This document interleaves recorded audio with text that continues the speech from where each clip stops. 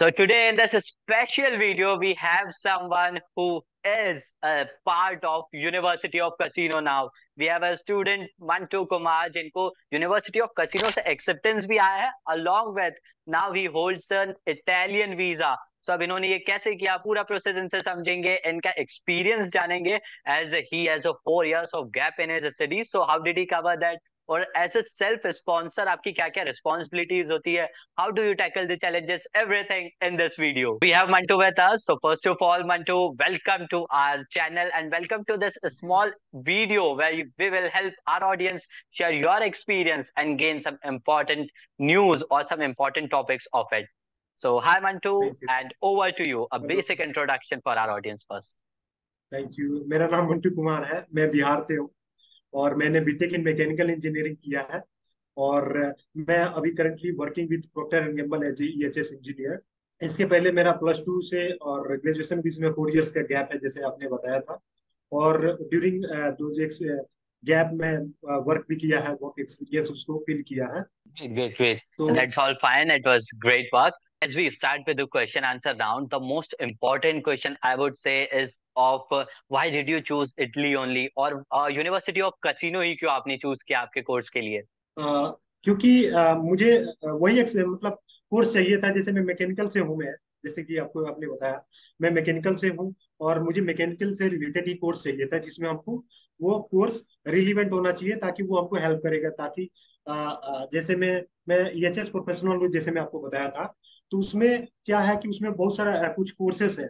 जैसे में environmental preservation, automation process, energy management, ये सारे कोर्सेज थे जो कि कोर्सेज उसमें थे कैसीनो में। वो कोर्स का मैंने जैसे ही एक्सेप्टेंस आया था, मैंने वेबसाइट से इंफॉर्मेशन उसका निकाला। और वो कोर्स हमको, क्योंकि मैनेजमेंट को आपको एमएससी करना है, तो उसमें बहुत सारे मैनेजमेंट स्किल सिखाया जाता है, जिसमें आपको ये सारा चीज इंफॉर्मेशन मैंने लिया था उसकी वेबसाइट से। और मैंने एक पीपीटी डाउनलोड किया था कैसीनो के वेबसाइट से ही, उन्हीं से इस तरह का पीपीटी डाउनलोड किया था जिसमें इंफॉर्मेशन था All right. Regarding courses. हाँ जी, इसी से सारा इंफॉर्मेशन हमको मिला था और मैंने एप्लीकेशन किया था इसे। Great great great. So documentation का और आपका ओवरऑल जो डेडिकेशन है, आपने जो मेहनत करी है इस कोर्स को पता करने के लिए, that was great, absolutely great Mantu.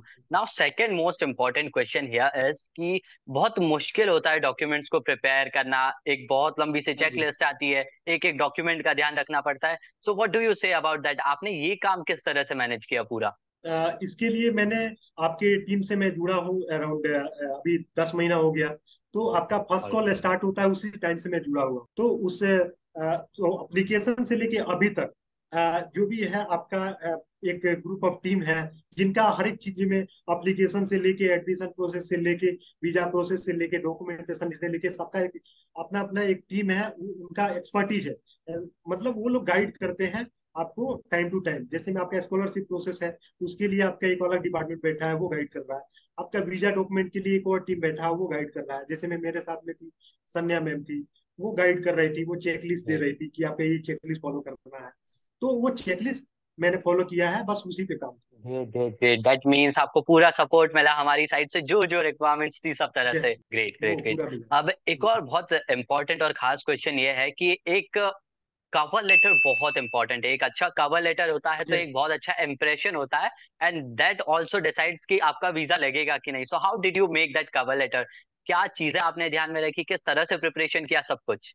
उसके लिए कवर लेटर के लिए मैंने आपको एक मैं दिखा सकता हूँ, मेरा जो कवर लेटर ओके। था मैंने कैसे प्रिपेयर किया था। सन्या मैम थी आपका यूरो ड्रीम टीम से। और उन्होंने बहुत सारा मतलब उनके पास कवर लेटर कैसे आप मतलब वो टाइम टू टाइम गाइड कर रही थी आप कैसे प्रिपेयर करना है। और आपका क्या मतलब, सबसे पहले आपका इंट्रोडक्शन होगा उसमें। सेकंड में आपने ये कोर्स चूज किया, ये चूज आपको कोर्स कैसे आपको हेल्प करने वाला है। उसके बाद से आपका आपका मास्टर्स ये कैसे हेल्प करने वाला है आपका। उसके बाद से आपका फाइनेंशियल पार्ट आता है कि आपका फाइनेंस कैसे अरेंज कर रहे हो, कितना अमाउंट उठा रहे हो। आपका जस्टिफिकेशन पार्ट होता है कि फंड आप कैसे सपोर्ट करने वाले हैं अपने एजुकेशन को। तो इस तरह का गाइडेंस हमको मिला आपके टीम से, बस उसी को मैंने फॉलो किया है और मैंने प्रिपेयर किया, वही लेके मैंने सबमिट किया, बस यही था। Great great. मंटू, आपने फंड्स की भी बात करी, फाइनेंस की बात करी, सो आप तो सेल्फ स्पॉन्सर्ड थे, जो कि बहुत मुश्किल हाँ काम जी। है। एट फर्स्ट, तो ओके। आपने कैसे मैनेज किया? How did you manage that sponsor thing? And कितना फंड आपने शो किया, किस तरह से अरेंजमेंट किया, किस तरह से क्लैरिफिकेशन दिया, सब कुछ जानना चाहेंगे हम। जरूर। उसमें क्या, फंड के लिए मैं वर्किंग हूँ अभी लास्ट 1 ईयर से, क्योंकि मैंने लास्ट ईयर ही मैंने BTech in mechanical engineering complete किया। अब तक 4 ईयर अब गया। उसके बाद से मैंने occupational health and safety, British safety council से मैंने कोर्स कर रखा है, और मैंने occupational health and safety professional भी हूँ। तो उसमें क्या था, मैं during during my BTech I was working in part time as a health and safety officer, safety engineer. I was working like that. तो मैंने वो फंड शो किया कि मैं पार्ट टाइम में ये अर्निंग कर रहा था। उसके बाद से last 1 year I am working with Procter and Gamble, जो कि एमएनसी है, जो हमको अच्छा पे कर रही है। उसके लिए मैंने 6 मंथ का पे स्लिप मैंने सबमिट किया। मेरा अपॉइंटमेंट लेटर सबमिट किया। अपॉइंटमेंट लेटर के साथ में मेरा वो सैलरी स्लिप भी था। वो सारा चीज सबमिट किया, ताकि मैं फंड को जस्टिफाई कर सकूं कि इतना मैं अपने एजुकेशन को सपोर्ट कर पा रहा हूँ, मतलब अपना स्टडी को सपोर्ट कर पा रहा हूँ with this amount. Like 11 lakh मैंने शो किया था, 11,20,20,000। तो मैंने 3 साल का ITR किया था, जो कि हमको ऐसा बोला गया था आपकी टीम से कि आपको ये डॉक्यूमेंट चाहिए था। मैंने वो लिस्ट को ही फॉलो किया। वो इतना इनफ है। जो आपका जो इंफॉर्मेशन आपकी टीम से मिलता है उतना इनफ है, क्योंकि वो लोग थॉरली पूरा चेकलिस्ट आपको फॉलो करवाते हैं। जब तक आपका कंप्लीट नहीं हो जाता तब तक वो हम लोग आगे प्रोसीड नहीं करते, मतलब उनका एक कहना था। एग्जैक्टली। तो मैंने वही किया। Perfect perfect. जैसे आप कह रहे थे कि आपके इसमें 4 साल का गैप ईयर है, तो वो जो गैप ईयर्स थे 4 साल के, ये स्टडी और इसके बीच में आपने उसको कैसे डिफाइन किया आपके कवर लेटर में, देन आपके इंटरव्यूज? हाँ, ये बड़ा क्वेश्चन था। ये इंटरव्यू इंटरव्यू का भी पार्ट था, लेकिन वो will discuss later about that. मैंने 4 ईयर्स का मैंने कैसे गैप किया था, गैप को फिल करने के लिए, क्योंकि मैंने वो एक diploma in industrial safety course होता है, वो कोर्स मैंने 1 साल का शो किया था। उसके बाद से 3 ईयर्स मैंने 1 साल तक वॉलंटियर था मैं एक जगह दूसरे कंट्री में, नेपाल कंट्री में। वो मैंने 1 साल का शो किया, वॉलंटियर सर्टिफिकेट एक था मैं, जो मुझे मिला था एक ऑर्गेनाइजेशन द्वारा। और 2 ईयर्स का मैंने एक्सपीरियंस शो किया था as a health and safety advisor. तो वो चीज करके मैंने 4 ईयर्स का गैप फिल किया था। आप वर्किंग है तो आप 4 साल का वो गैप दिखा सकते हैं वर्क का। मैंने यही किया था। तो वर्क एक्सपीरियंस है, आप उसे दिखा के इस गैप को कवर कर सकते हैं, राइट? एग्जैक्टली, आप वो कर सकते ओके। हैं। आप जो वर्किंग है, एब्सोल्युटली। मतलब उनको ऐसा लगना नहीं चाहिए कि वो 4 साल में आपने कुछ इलीगल एक्टिविटीज तो नहीं कर रहे हैं। या मतलब वो उनको दिखना चाहिए। Now the next question here is कि अगला क्वेश्चन बहुत इंटरेस्टिंग है। जैसे आपने मास्टर्स इन मैकेनिकल इंजीनियरिंग का प्लान किया है, सो अब ऐसा क्यों कि जैसे इंडिया की बात करते हैं, सो इंडियन स्टूडेंट्स के लिए आपने काफी रिसर्च तो करी होगी पहले, मैकेनिकल सोचने एग्जैक्ट। से पहले और इटली को चूज करने से पहले। तो क्या आपको लगता है हाँ, कि इटली से मैकेनिकल इंजीनियरिंग मास्टर्स में करने में फायदा है? बहुत फायदा है, क्योंकि अभी देखिए, क्योंकि आपको इंटर्नशिप करना ही करना होता है। आपको हाँ, वहां पे इंटर्नशिप करना है, प्लस आपका थीसिस खुद ही कंप्लीट करना है आपका। क्योंकि वहां पे प्रोफेसर और स्टूडेंट का रेशियो भी बहुत मैटर कर रहा है, क्योंकि वहां पे एग्जैक्टली। 15:1 है बहुत सारी यूनिवर्सिटी में हमारे। तो ये बहुत हेल्प करेगा, क्योंकि आप डायरेक्ट इंटरेक्ट कर रहे हैं, आप आपका फैकल्टी के साथ, आपका प्रोफेसर के साथ में। तो आपको जो भी डाउट है, आपको 1 to 1 आपको वहां पे मतलब क्लियर किए जाएंगे। ये इसीलिए मैंने वहाँ चूज किया था। नाइस नाइस नाइस, बहुत सही रहा। अब इतनी लंबी प्रोसेस है, बी इट योर वीजा और ओवरऑल जितना आपका प्रोसेस है, उसमें कुछ चैलेंजेस भी होंगे, कुछ मुश्किलें भी होंगी। तो क्या what were your challenges and how did you manage to tackle those challenges? Challenges कुछ खास नहीं था, क्योंकि आप एक मतलब आपका ऑर्गेनाइजेशन था, उसमें हेल्प करने के लिए चैलेंजेस था। जब मेरे पास कुछ नहीं था, मतलब मैं ओ। 1 साल पहले सोच रहा था कि कैसे हमने एप्लीकेशन करूँ। तो क्योंकि मैं बहुत सारे स्टूडेंट थे, क्योंकि इतना बड़ा लंबा प्रोसेस है कि आपका आपका फ्रेंड है चाहे जितना भी जिगरी हो, वो आपको हेल्प नहीं करने वाला है, क्योंकि ये इतना लंबा प्रोसेस है, लेंथी है। और आपको एक एक दिन पे वो इरिटेटेड हो जाएगा बंदा, अगर मान लीजिए किसी से भी एग्जैक्टली। अगर है भी तो। और ये आप एक्सपर्टीज टीम के साथ जा रहे हैं, एक्सपर्टीज के साथ जा रहे हैं, तो आपको ये बहुत बड़ा हेल्प मिलता है और चैलेंजेस बहुत कम हो जाते हैं। तो ये मैंने वही किया है, जस्ट उसी पे वर्क किया है। जैसे हम वीजा की बात करते हैं, वीजा के क्वेश्चंस की बात करते हैं, इंटरव्यू की बात करते हैं, so what are your tips for a interview? क्योंकि आपने इंटरव्यू पास किया है, तो आपके लिए क्या कुछ टिप्स रहेंगे जो आप बच्चों के साथ शेयर करना चाहेंगे? And how was your overall experience in visa interview? हाँ, वीजा इंटरव्यू पार्ट का रहा तो वो बहुत क्या बोले थे, बहुत क्वेश्चन, मतलब क्रॉस क्वेश्चन पूछते हैं। आप पॉइंट टू पॉइंट रहिए, टॉपिक टू आप जो पूछ रहे हैं उसी का मतलब जवाब दीजिए। आप एक्स्ट्रा कुछ बोलेंगे तो फिर वो क्रॉस क्वेश्चन करेंगे, वो इंटरव्यू इंटरव्यू ओ, लंबा हो जाएगा। आप ऐसा कुछ नहीं करिए कि फिर आपको उनको है ना, आपको मौका मत दीजिए ज्यादा। मतलब जितना पूछा जा रहा है एग्जैक्टली। उतना ही आप बोलिए। अब जैसे मैं फाइनेंस का पार्ट पूछा जा रहा है तो आप अपने फंड के बारे में बोलिए। उसके बाद से आप चुप हो जाइए। उसके बाद से नेक्स्ट क्वेश्चन पूछेंगे आपका इटली है क्यों, क्योंकि मेरा मेरा एक्सपीरियंस मैं बता रहा हूँ। मुझसे पूछा गया था आपका नाम और आपका डेट ऑफ बर्थ बताओ कंफर्मेशन के लिए। मैंने नाम और डेट ऑफ बर्थ बताया था। उसके बाद से पूछे थे कि आप इटली क्यों चूज किए, तो मैंने वही रीजन दिया था जो आपको एज आई एग्जैक्टली। मतलब ये इसलिए आपको बताया था कि कैसे हमने है ना इटली क्यों चूज किया। आपका इंटर्नशिप पार्ट रहा, आपका थेसिस पार्ट रहा, प्रैक्टिकल वगैरह, ये सारा चीज है ना, एक प्रोफेसर का रेस्यू रहा। और मैंने जो यूनिवर्सिटी वेबसाइट से जो भी इंफॉर्मेशन लिया था, ये सारा चीज मैंने जस्ट उनको एक्सप्लेन किया। वो एंड वो स्माइल भी कर रही थी जो इंटरव्यूअर थी कि हाँ ठीक है। मतलब उनको लग रहा था, फिर वो ट्रांसलेट भी कर रही थी तो उनको लगा कि ठीक है। जस्ट उसके बाद से मुझे पर्सनल क्वेश्चन भी पूछा गया। जैसे मैं, आपका सिस्टर क्या करती है, आपका फादर क्या करते हैं, वो ये जानने की कोशिश कर रहे हैं कि आपका आपने फंड इतना शो कर दिया सपोज, और ये फंड आपने दिखाया, क्या और भी आपके सोर्स ऑफ इनकम है क्या, क्योंकि मैंने ऑल फादर राइट। का भी मैं एम्प्लॉयमेंट लेटर दिखाया था। नाइस तो नाइस ये नाइस, चीजें था। आता है। बिल्कुल बिल्कुल, जैसे इंटरव्यू की हम बात कर रहे थे, सो आपको क्या लगता है कि कुछ ऐसी गलतियां हैं जो किसी को नहीं करनी चाहिए if you are sitting in an interview? So ऐसा कुछ है जो आप बताना हाँ, चाहेंगे? ये ये चीजें बहुत जरूरी है। आपने कभी नहीं गलती करना। मैंने एक चीज गलती किया था, मैंने सीवी अपना बनाया था। सीवी में मैंने date of yes birth yes. गलत बताया था। शायद उसके लिए वो क्रॉस क्वेश्चन किए थे कि आपका डेट ऑफ बर्थ बताओ। शायद ये भी हो सकता है, या कंफर्मेशन के लिए भी। उसके बाद से आपने कवर लेटर में कोई गलती नहीं करना है।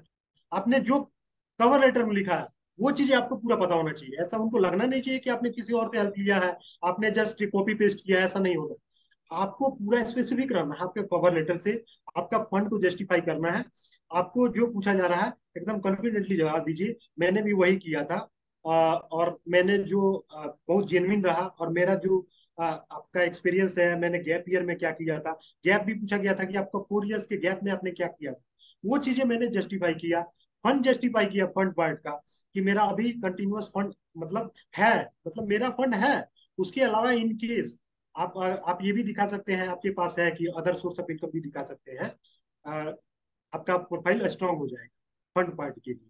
तो मैंने ये चीज किया था, मैंने फादर का एम्प्लॉयमेंट लेटर मैंने दिखाया। Great. Now another question is about DOV, then your visa appointment. So ये जो अपॉइंटमेंट्स थे इनका बुकिंग हो गया क्या? ये सब प्रोसेस आपने किस तरह से हैंडल किया? कैसे आप इससे आगे निकले? उसके लिए भी एक चेकलिस्ट था जिसको मैंने फॉलो किया। मैंने यूरो ड्रीम से एक चेकलिस्ट मिला था, तो वो चेकलिस्ट मैंने वो प्रिपेयर किया था। और मैंने रिव्यू करवाया था सन्या मैम से। और उन्होंने बार बार रिव्यू कर रही थी कि ये चीज, ये पार्ट आपका मिसिंग है, ये पार्ट मिसिंग है, इसको कंप्लीट कीजिए। उसके बाद से डायरेक्ट मैं बीएफएस में गया और सबमिट किया वहां पे। और मुझे विद इन 8 वर्किंग डेज मेरा डीओवी आ गया। मैम बोल रही थी कि आपको 90 डेज लग जाएगा, लेकिन नहीं, ऐसा नहीं था। आपका 8 डेज में, मेरा 8 वर्किंग डेज में आ गया था। मैं तो, हालांकि आपको स्टेटस नहीं शो कर रहा है, आपको ट्रैकिंग एक रेफरेंस नंबर मिलता है, नहीं शो कर रहा है, लेकिन वो आ जाता है विद इन 10 और 15 ओके। डेज आ जाता सो जैसे आपने वीजा के लिए अप्लाई किया, सो ओवरऑल प्रोसेस में आपको कितने दिन लगे और किस दिन आपका रिवर्ट बैक आ गया था कि आपका वीजा सक्सेसफुली लग गया है? ये इसमें कितना गैप लगा आपका, कितने दिनों का था? जैसे कि हमारा 9 वर्किंग डेज लगा था, 9 डेज मुझे रिपोर्ट आने में। एप्लीकेशन सबमिशन के बाद 9 दिन के बाद से मुझे एक उधर से आया व्हाट्सएप पे, क्योंकि आपने व्हाट्सएप नंबर देना पड़ता है। और उस पे ही आपको एक नोटिफिकेशन आता है कि आपका इंटरव्यू इतना से इतना, आप रिप्लाई रेस्पॉन्ड कीजिए इस पे, कि आप उस पे अवेलेबल रहेंगे उतना टाइम। तो मैंने रेस्पॉन्ड किया था कि ओके नोटेड, मैंने ऐसे करके रेस्पॉन्ड किया, और I will be there on time, तो मैंने ऐसा लिखा। उसके बाद से मुझे उसी टाइम में 2:30 से 5 बजे का टाइम दिया गया था मेरे। और मैं 2:45 में मुझे कॉल आ गया था। मतलब एक कॉल मेरा कट गया, दूसरे कॉल में मैंने उठाया, क्योंकि मैं वर्किंग हूँ, थोड़ा लेट से ही रिस्पॉन्ड किया था, मैंने दूसरा बार में उठा दिया।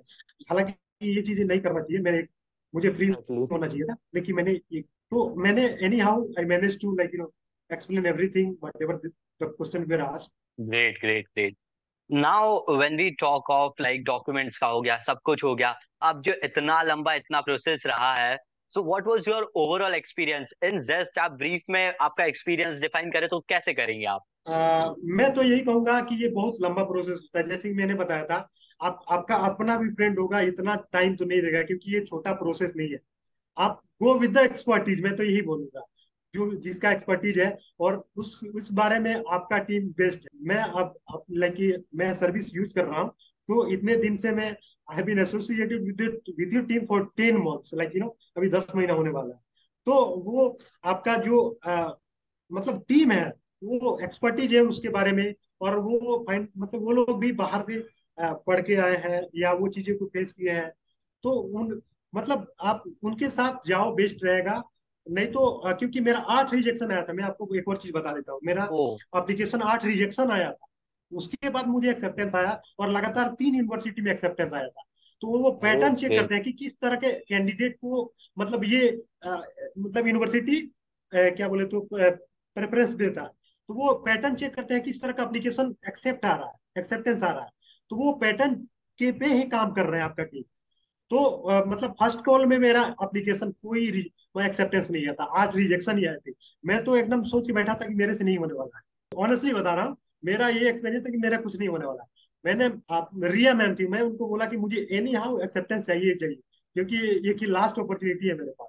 तो उन्होंने बोला कि डोंट वरी, है ना। और वो 10 दिन में एक बार आता था, अपडेट आता था कि आपका ये है, ये है।